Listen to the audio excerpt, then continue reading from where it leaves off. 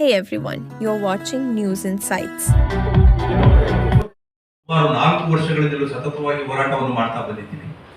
ಈ ಹೋರಾಟದ ಪ್ರಮುಖರು ನಮಗೆ ಮಾರ್ಗದರ್ಶಕರು ನಮ್ಮ ಇವತ್ತು ನಮ್ಮ ಸಮಾಜದ ಮಠಾಧಿಪತಿಗಳಾದಂತಹ ಪರಮ ಪೂಜ್ಯ ಶ್ರೀ ಶ್ರೀ ನಿರ್ಮಲಾನಂದ ಸ್ವಾಮೀಜಿಯವರ ಮಾರ್ಗದರ್ಶನ, ಅದೇ ರೀತಿಯಲ್ಲಿ ನಂಜಾವಧೂತ ಸ್ವಾಮೀಜಿಯವರು, ಚಂದ್ರಶೇಖರನಾಥ ಸ್ವಾಮೀಜಿಯವರು, ಇನ್ನೂ ಹಲವಾರು ನಮ್ಮೆಲ್ಲ ಸ್ವಾಮೀಜಿಗಳ ಮಾರ್ಗದರ್ಶನದಲ್ಲಿ ಇವತ್ತು ಒಂದು ಹೋರಾಟ ಸಮಿತಿಯನ್ನ ನಡೆಸ್ಕೊಂಡು ಬರ್ತಾ ಇದ್ದೀವಿ.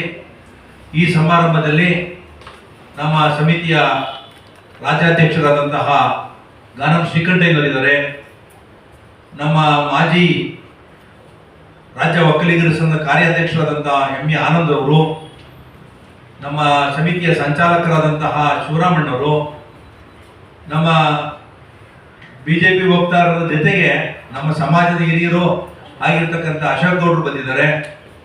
ಮತ್ತೆ ಒಬ್ಬ ಅಧಿಕಾರಿಯಾಗಿ ನಿವೃತ್ತ ಅಧಿಕಾರಿಯಾಗಿ KSFCಯ ರಂಗನರಸ್ವಾಮಿಯವರು ಇದ್ದಾರೆ, ಮಂಜುನಾಥ್ ಅವರು ಇದ್ದಾರೆ. ಚಿನ್ನಪ್ರಡಿ ಆಗದ ಅಲ್ಲಿ ರೆಡ್ಡಿಯವರ ಆಪ್ತರಾಗಿ ಕೆಲಸ ಮಾಡಿದಂಥವ್ರು ನಮ್ಮ ರಂಗನರಸ್ವಾಮಿಯವರು. ನನ್ನ ಹೆಸರು ಆಡಿಟರ್ ನಾಗರಾಜ್ ಹೆಚ್ವಾಡಿ ಅಂತ, ಈ ಸಮಿತಿಯ ಪ್ರಧಾನ ಕಾರ್ಯದರ್ಶಿ. ಮಿತ್ರರೇ, ಇವತ್ತೇನು ಕರ್ನಾಟಕ ಸರ್ಕಾರ ಸಚಿವ ಸಂಪುಟದಲ್ಲಿ ಹಲವಾರು ಬಾರಿ ಈ ಒಂದು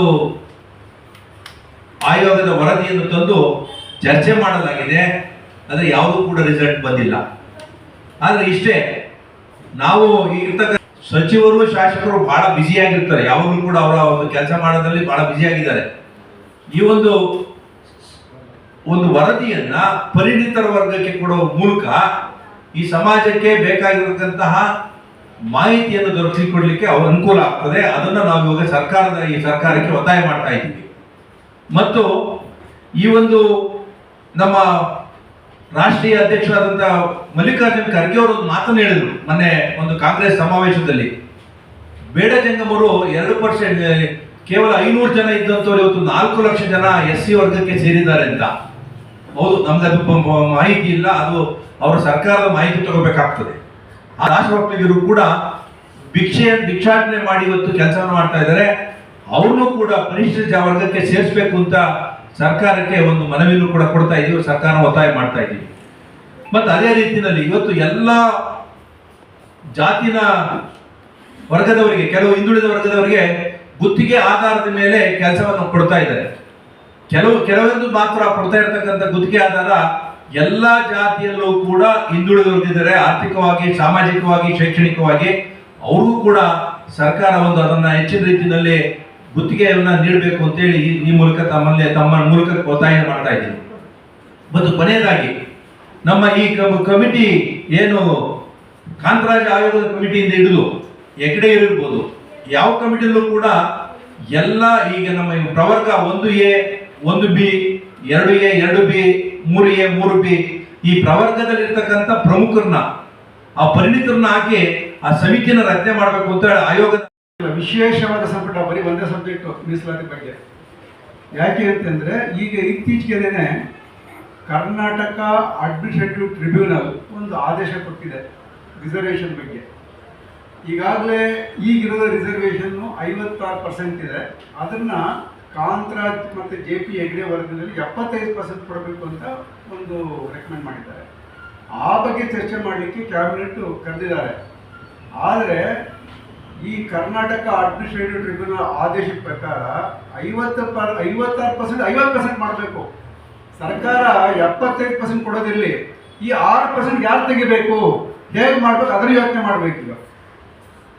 ಹಾಗಾಗಿ ಈ ಒಂದು ಕ್ಯಾಬಿನೆಟ್ ಕರೆದಿರೋದೇ ಅಪ್ರಸ್ತುತ. ಇದು ಈಗ ಮಾಡಿರೋ ರಿಸರ್ವೇಷನ್ನೇ ಕಡಿಮೆ ಮಾಡಬೇಕು ಅಂತ ಪರಿಸ್ಥಿತಿಯಲ್ಲಿ ನಾವಿನ್ನೂ ಕೂಡ ಜಾಸ್ತಿ ಮಾಡ್ತೀವಿ ಅಂತ ಹೇಳ್ಬಿಟ್ಟು ಒಂದು ಕ್ಯಾಬಿನೆಟ್ ಸಭೆ ಕರೆದಿದ್ದಾರೆ. ಇದಕ್ಕೆ ನಿಜಕ್ಕೂ ಅಪ್ರಸ್ತುತ. ಅದು ಯಾವ್ದು ಕರೀತಾ ಇದ್ದಾರೆ ನಮ್ಗೆ ಗೊತ್ತಿಲ್ಲ.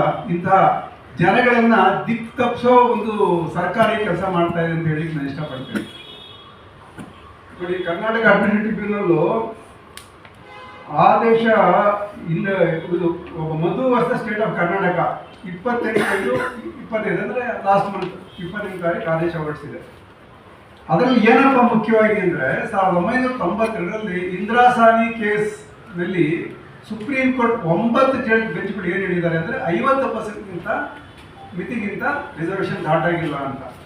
ಅದನ್ನು ಮೀರಿ ಆಗಲೇ ಹಿಂದಿನ ಸರ್ಕಾರ 56% ಮಾಡಿದ್ದು. ಈಗ ಟ್ರಿಬ್ಯುನಲ್ ಏನು ಹೇಳಿದೆ, ಇಂದಿರಾ ಸಾನಿ ಜಡ್ಜ್ಮೆಂಟ್ ಪ್ರಕಾರ ನೀವು 50% 12ನೇ ತಾರೀಕು ಬರೀ waste of time for the cabinet. ಯಾಕೆ ವೇಸ್ಟ್ ಮಾಡ್ತಾ ಇದ್ದಾರೆ ಕರೆದು ವೇಸ್ಟು ಮಾಡ್ತೀರಾ, ನಮ್ಮಂತ ಟೈಮ್ ವೇಸ್ಟ್ ಮಾಡ್ತಾರೆ, ಮತ್ತೆ ನಾವು ನಿಮ್ಗೆ ಹೆಚ್ಚಿಸ್ಬೇಕು. ಹಾಗಾಗಿ ಖಂಡಿತ ನೀವು 50% ಜಾಸ್ತಿ ಮಾಡೋಕ್ಕಾಗಲ್ಲ.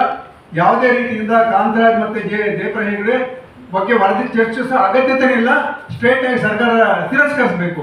ಅವತ್ತ ಮುಂದಿನ ದಿನಗಳೇನಾದರೂ ಬೇರೆ ಕಡೆ ಚೇಂಜ್ ಆದರೆ ಮಾತ್ರ ನೀವು ಇದ್ರ ಬಗ್ಗೆ ಚರ್ಚೆ ಮಾಡಬೇಕು ಅಂತ ನಾನು ಹೇಳಕ್ಕೆ ಇಚ್ಛೆಪಡ್ತೇನೆ. ಇನ್ನು ಮತ್ತೆ ನಮ್ಮ ಮೊಗವೀರರು,